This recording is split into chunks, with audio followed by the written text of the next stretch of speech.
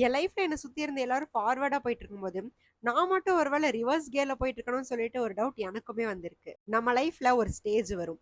Job இருக்கும், dream இருக்கும், effort இருக்கும். இது எல்லாமே இருக்கும். ஆனா, அதே டைம்ல நமக்குள்ள ஒரு கேள்வி வந்துகிட்டே இருக்கும். நம்ம கரெக்ட்டான பாத்ல தான் போயிட்டு இருக்கோமா? இல்லையாங்கிறது. நம்ம யாருக்குமே இதுவரைக்கும் யாருமே சொல்லி தராத ஒரு லெசன் என்ன தெரியுமா? ப்ராக்ரஸ்ங்கிறது விசிபிலிட்டில இருக்கணுங்கிற எந்த அவசியமும் இல்ல.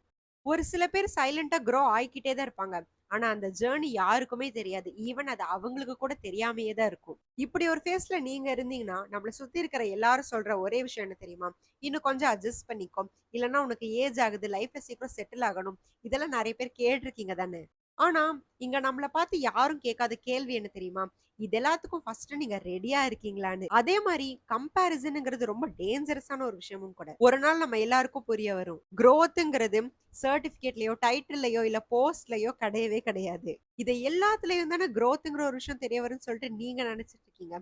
ஆனா, சில டைம் சேயிங் நோன்னு சொல்றதுல கூட குரோத் இருக்கு. பட் இந்த மாரி குரோத்துக்கெல்லாம் அப்ளாஸ்ங்கிறது கிடைக்கவே கிடைக்காது. ஆனா, இதுதான் ஒரு ஸ்ட்ராங்கான ஃபவுண்டேஷனா மாறும். நம்மளால எல்லா விஷயத்தையும் கண்ட்ரோல் பண்ண முடியாது. அதனால அதுக்கு பதிலா அத ட்ரஸ்ட் பண்ண ஆரம்பிங்க.